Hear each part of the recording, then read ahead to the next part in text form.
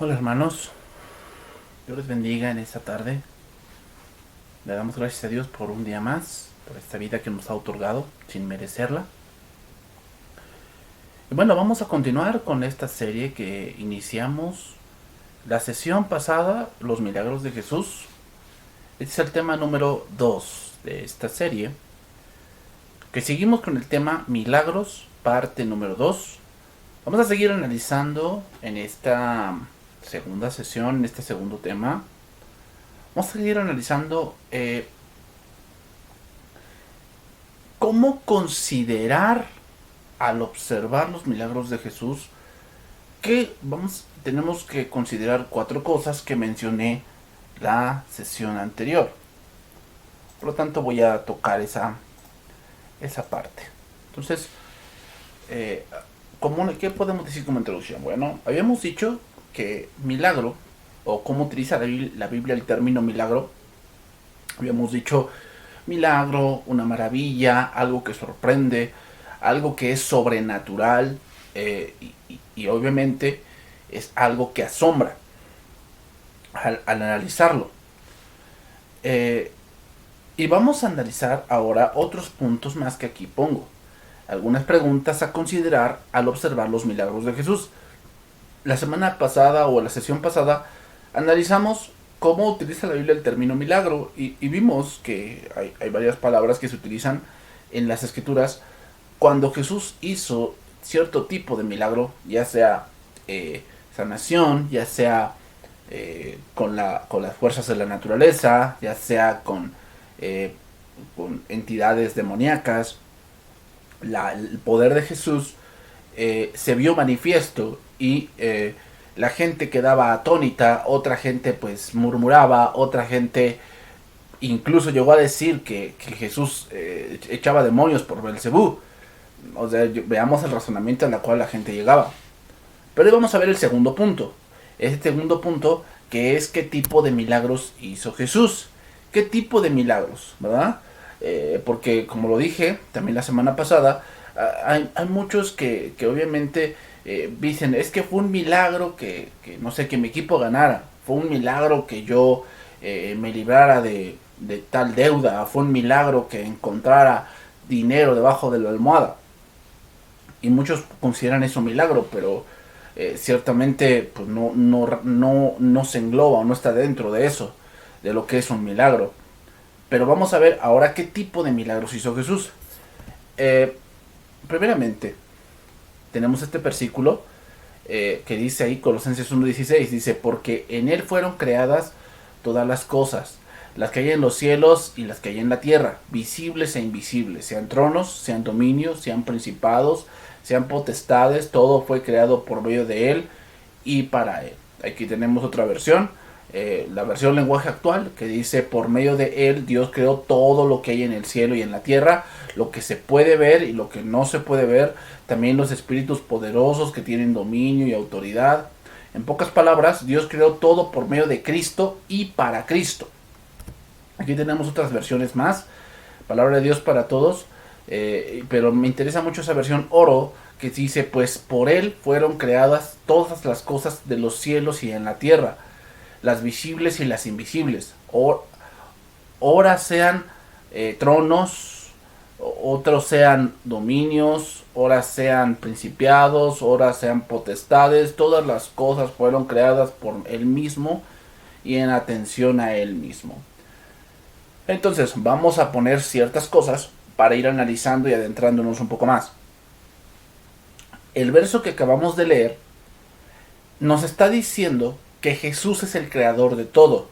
Ahora, al decir que es el creador, estamos diciendo no solamente que hizo los colores, las formas geométricas, todo perfecto, el límite del mar, los grandes monstruos marinos, los grandes monstruos terrestres, las grandes aves de los cielos, los grandes microbios, los grandes insectos, todo lo que son las lumbreras mayor y menor, las galaxias, los planetas, los cometas, las estrellas fugaces, los soles, que hay diferentes soles, los hoyos negros, toda una vía láctea, muchas cosas que podemos decir. No solamente fue eso, también vamos a adentrarnos a otra cosa más. El Señor también creó todo lo que hoy llamamos como leyes, por decir, como la ley de la gravedad, la ley de la termodinámica, leyes como la ley de causa y efecto, ¿verdad? Que todo lo que se siembra se cosecha. Todas esas leyes, las leyes de las estaciones, la ley del movimiento de rotación y de traslación de la Tierra, el movimiento de la Luna, todas ese tipo de leyes que el hombre ha ido descubriendo, es el Señor mismo quien las fue creando.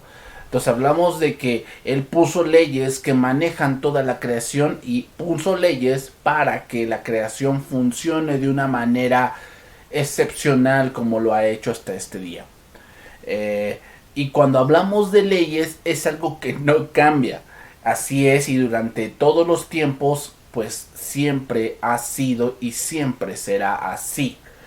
Puede que las leyes de la naturaleza hayan estado operando por siglos con cierta previsibilidad. Pero si el Creador vino realmente a la tierra en la persona de Jesucristo, hay razón para creer que estas leyes estaban obligadas a obedecerle. Entonces, ¿qué quiere decir? Que el creador fue el que hizo las leyes, pero él no está sometido a esas leyes.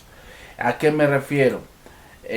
Nos referimos a que Jesús, siendo el creador y siendo Dios, está por encima de esas leyes, está por encima, o sea, él puede romper esa ley, pero para un propósito.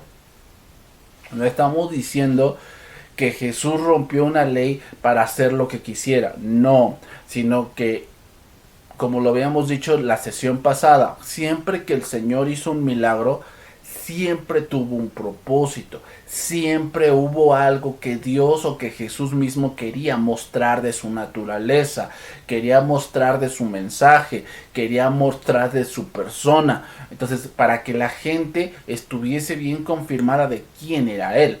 Entonces podemos ir viendo que los milagros de Jesús son una clara muestra de su poder sobre la creación.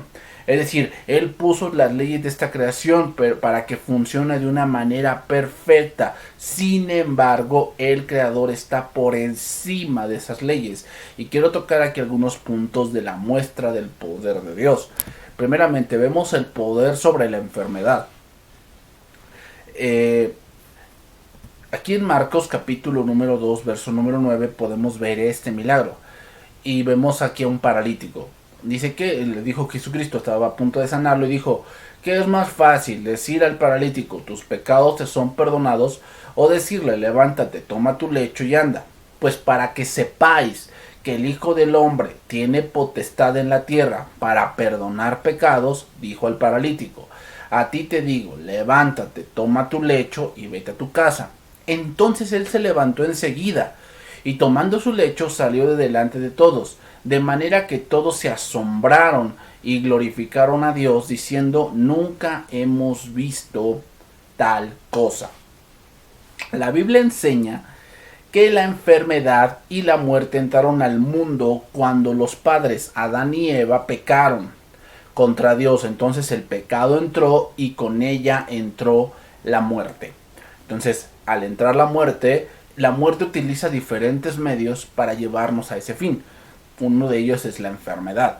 Mucha gente muere por enfermedad. Desde entonces, la humanidad ha vivido la crisis de lidiar con todo tipo de enfermedades y dolencias. Sin embargo, en los 3 años de la vida pública de Jesús, vemos que las enfermedades son curadas por su palabra o porque tocaba a ciertas personas, o incluso las personas lo tocaban a él. En el verso que acabamos de leer, que está en pantalla, vemos el poder sobrenatural de Jesús perdonando los pecados de un hombre paralítico que había sido llevado a él.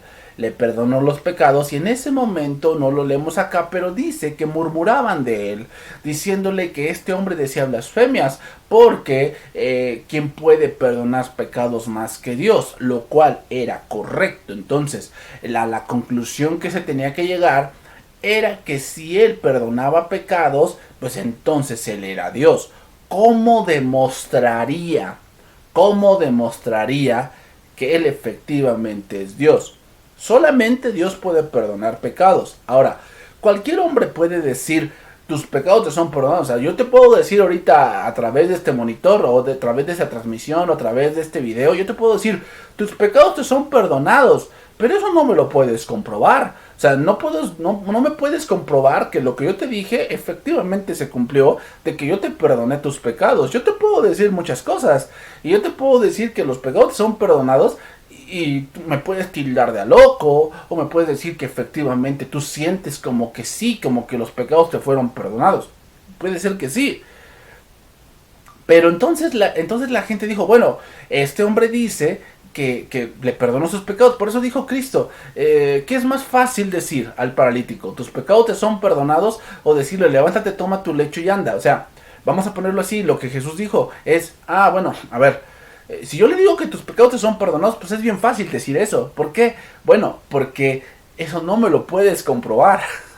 O sea, yo te puedo decir que tus pecados te son perdonados y no me lo puedes comprobar. Tal vez sí, tal vez no. Lo más difícil es levantar a alguien que lleva mucho tiempo paralítico, con unas piernas tal vez pandeadas, con unas piernas casi secas, y que nunca ha caminado, que nunca ha tenido fuerza en las piernas, que hay que arreglar todo un cúmulo de vértebras y de cadera y de fémur y de músculos y de tendones y muchas cosas que implicaba un milagro de esa magnitud. Entonces, ¿qué era lo más difícil de hacer? Sanarlo. Era más difícil sanarlo que perdonar los pecados, en el sentido de que pues eso no lo podemos comprobar. Como te lo dije, yo te puedo decir ahorita que yo te perdono pecados y tú no me lo puedes comprobar si sí o no. O sea, ¿cómo me lo comprobarías? Tendrías a lo mejor tú tienes una hoja donde están tus pecados allí y se borraron, o ¿cómo me lo podrías comprobar? Entonces la gente por eso murmuraba de él. Pero entonces Jesús hace lo más difícil. O sea, no hizo solamente lo que es tal vez fácil. O sea, lo que no me lo puedes comprobar. O sea, bueno, tú Jesús dices que perdonas pecados, pero eso no es comprobable. O sea, bueno, tú puedes decir tan y no hay problema. Bueno, entonces Jesús dijo, pues para que sepáis que el Hijo del Hombre tiene potestad en la tierra para perdonar pecados, dijo al paralítico. O sea, no solamente he hecho lo que es fácil de hacer, que cualquiera podría hacer. Ahora voy a hacer lo difícil para que se den cuenta que lo primero que yo dije sí se cumplió. Eso es lo que está diciendo Jesús.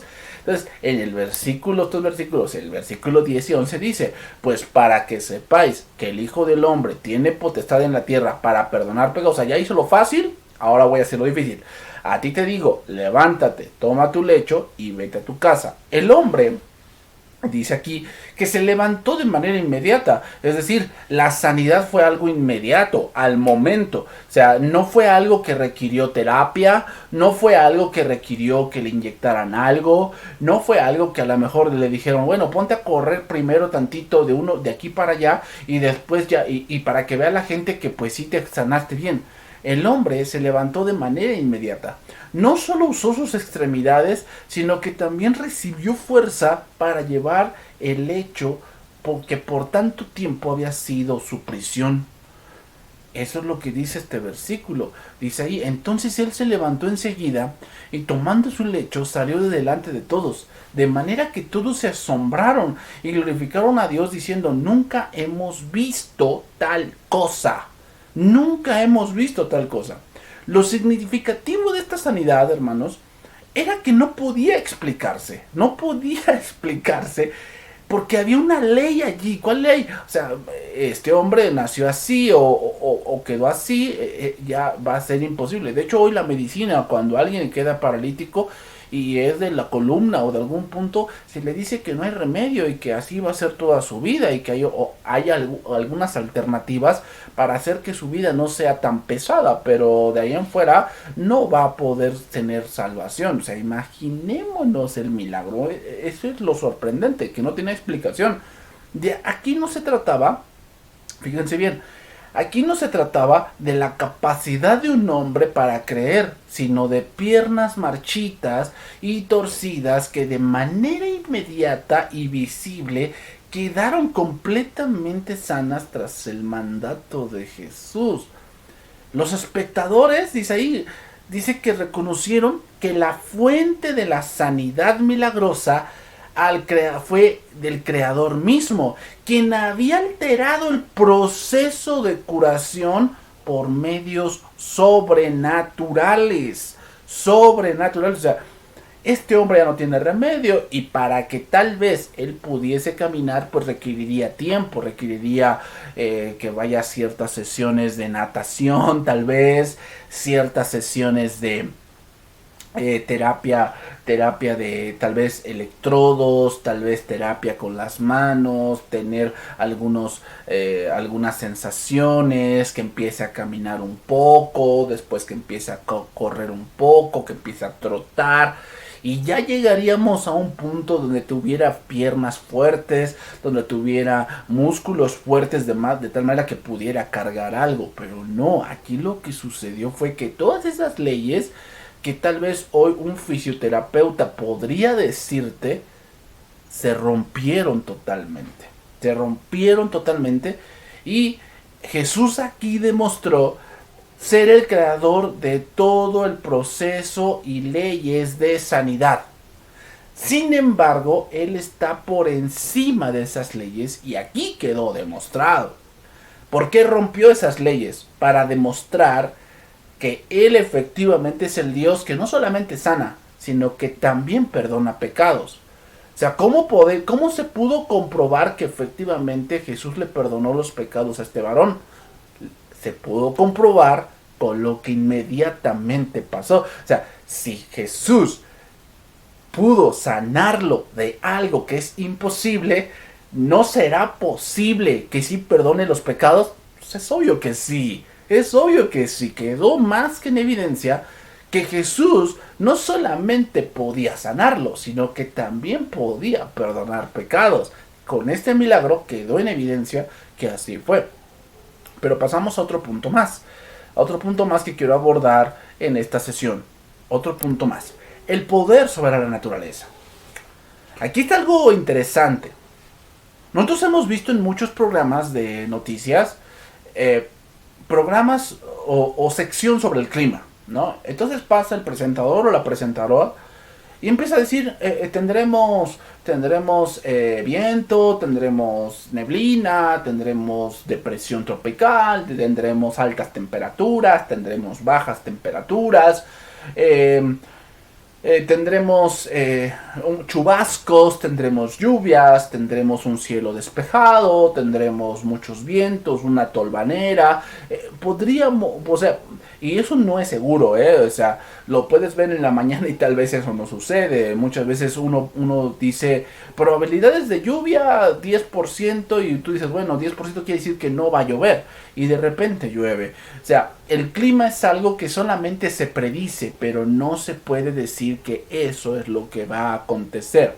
Ahora, otra cosa importante sobre esto, y es que el hombre, a pesar de 20 siglos, aún el clima sigue siendo algo que es impredecible.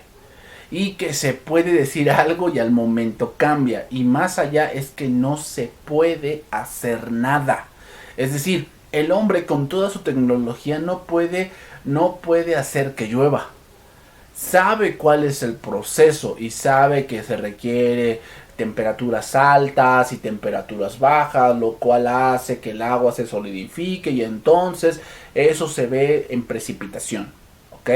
Y sabe del ciclo del agua, que sabe que es sólido, gaseoso, líquido y que se evapora y que se precipita y que corre por ríos hasta el mar y nuevamente hay una evaporación y así va siendo el ciclo del agua y así y sabe cómo predecir cuál va a ser el curso de un huracán y cuál va a ser el curso de un tornado tal vez, pero no puede hacer nada contra eso. O sea, el momento que se crea un huracán, se crea un tornado, lo único que puede hacer es resguardarse, pero es lo único que puede hacer. No puede hacer nada más.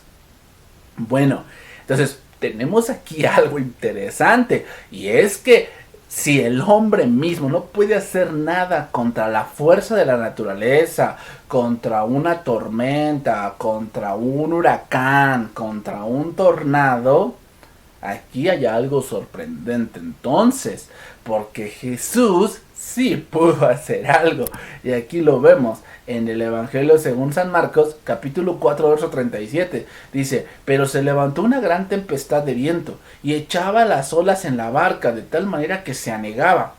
Y él estaba en la popa, durmiendo sobre el cabezal, y le despertaron y le dijeron, Maestro, ¿no tienes cuidado que perecemos? Y levantándose reprendió al viento y le dijo al mar, Calla, enmudece. Y cesó el viento y se hizo grande bonanza, y les dijo, ¿por qué estáis así amedrentados? ¿Cómo no tenéis fe? Entonces, dice, temieron en gran manera y se decían el uno al otro, ¿quién es este que aún el viento y el mar le obedecen, le obedecen? Este hecho sucedió en el mar de Galilea. Jesús era llevado a través del lago por pescadores experimentados. Recordemos que sus discípulos, la mayoría de ellos, fueron reclutados de ser pescadores. O sea, atravesar el mar de Galilea era algo común para ellos. Y tal vez ver tempestades también era algo muy común. No era la primera tempestad a la que se enfrentaban. Pero parece que en esta tempestad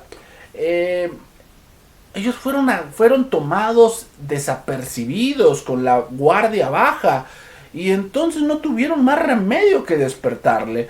Pero Jesús estaba completamente dormido porque el día había sido muy ajetreado. Desde muy de mañana la gente venía con él y le decía que sanara a sus enfermos y escuchar sus palabras y las enseñanzas. Dice que era tal el grado de trabajo que él tenía que no podía a veces ni comer, porque era mucha la gente que venía con sus enfermos, con endemoniados, con leprosos. O sea, sanó a millones de gentes. Pero ahora les tocaba a ellos nada más estar con Jesús. Y Jesús estaba muy cansado en ese momento. Y entonces él estaba durmiendo y estos hombres no pudieron lidiar con una tormenta. Y sabían que, pues bueno, esto era inevitable, ellos iban a morir. O sea, según su experiencia y según su mucha conocimiento terrenal de esas cosas y de las leyes, que no es menospreciable, pero en ese momento pues ellos dijeron, pues aquí vamos a morir. Entonces vamos a despertar a Jesús, pues, para que tal vez nos dé los santos óleos o nos diga los rosarios el rosario que él se sepa, para que, pues bueno, muramos contentos, ¿verdad? Total era la alarma que fueron a despertarle y que cómo podía dormir en una situación así. Y lo que sucedió después fue algo que dio miedo, que les dio miedo, porque nadie, absolutamente nadie había hecho tal acción, nadie. Con calma, Jesús, yo me imagino a Jesús, el maestro, que lo despertaron, el maestro, no te tienes cuidado que perecemos, nos vamos a morir, Señor, nos vamos a morir, porque no ves. Entonces me imagino que todo embravecido y moviéndose la barca y toda la cosa. Y entonces Jesús con mucha calma se levantó y Jesús reprendió al viento y al mar, diciéndole que callara, que guardara silencio. Y Jesús le habló. Fíjense, es interesante, pero la palabra aquí, cuando dice calla, enmudece, la palabra griega utilizada aquí habla de que como que Jesús le habló a un niño inquieto. Cuando un niño está llorando mucho y le dices calla, ya calla, duérmete, ya no llores. Así le habló. Ese es el punto que da la palabra griega, de que Jesús, cuando dijo calla, enmudece, es como si le hablara a un niño que está haciendo escándalo y le dice calla, enmudece. Y en ese momento las condiciones atmosféricas cambiaron de inmediato. Nadie puede hacer eso, nadie. Podemos predecir un poco el clima, pero no podemos cambiarlo. No podemos cambiarlo. Eso solamente Jesús lo hizo. ¿Por qué? Porque Él es Dios. Porque Él es el Creador. Dice el versículo aquí, 39. Y levantándose reprendió el viento. Y le dijo, calla, enmudece. Y cesó el viento y se hizo grande bonanza. Estos pecadores estos pescadores jamás habían observado algo así. Y se preguntaron esto, que dijeron, ¿quién es este? Que aún el viento y el mar le obedecen. ¿Quién es este? Aquí la palabra obedecen, la palabra griega hace entender que describe a alguien que responde cuando llaman a la puerta y hace pasar a una persona. Es como alguien que tocan a la puerta y le dices, abre. Y él obedece. Sin ningún pero, sin decir, ay, porque yo, o a mí no me corresponde, no es mi turno. No, simplemente le dices, abre, y él va y abre la puerta. A eso se refiere esa palabra griega, obedecen. Significa que Jesús dijo algo y fue al momento que sucedió. No fue de que poco a poco y que pues ya de repente ya se dejó de mecer y como que otra vez le tuvo que hablar 3 veces. No. Lo que pasó fue que Jesús dijo, calla, enmudece. Y de repente todo fue grande bonanza. Esto implica que las leyes que afectan el viento y el agua escuchan a su creador y lo dejan entrar para que altere el proceso natural. Jesús creó las leyes naturales que rigen el mar y el viento. Jesús, el Todopoderoso, está por encima de esas leyes. Entonces, ¿qué podemos concluir? En estos 2 puntos que hemos tocado, faltan otros 2 puntos que tocaremos la semana que viene. ¿Qué podemos concluir? Bueno, concluimos que el poder de Jesús va más allá de lo que nosotros tenemos como límite. Para Dios no hay límites. Para Dios no hay límites. Entonces, ¿por qué puso leyes? Bueno, para que la creación tenga armonía. Y esta creación tiene armonía porque se rige bajo leyes que el hombre ha estudiado y que sabe que son leyes que deben estar ahí. Pero sin embargo, cuando Jesús estuvo en el mundo, en este mundo pecador, sí, se sometió a ciertas leyes como la ley de la gravedad.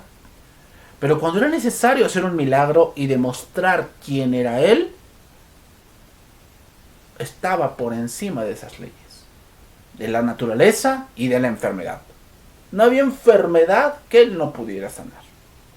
Incluso la muerte no pudo contra su voz. ¿Qué concluimos? Jesús es Dios. Y los milagros que Él ha hecho y que la palabra de Dios dice son extremadamente gloriosos. Y debemos verlos de esa manera, hermanos. Milagros que son extremadamente gloriosos y que nos hacen ver quién es Él en realidad. Que Dios te bendiga y nos vemos en la próxima cápsula. Bendiciones.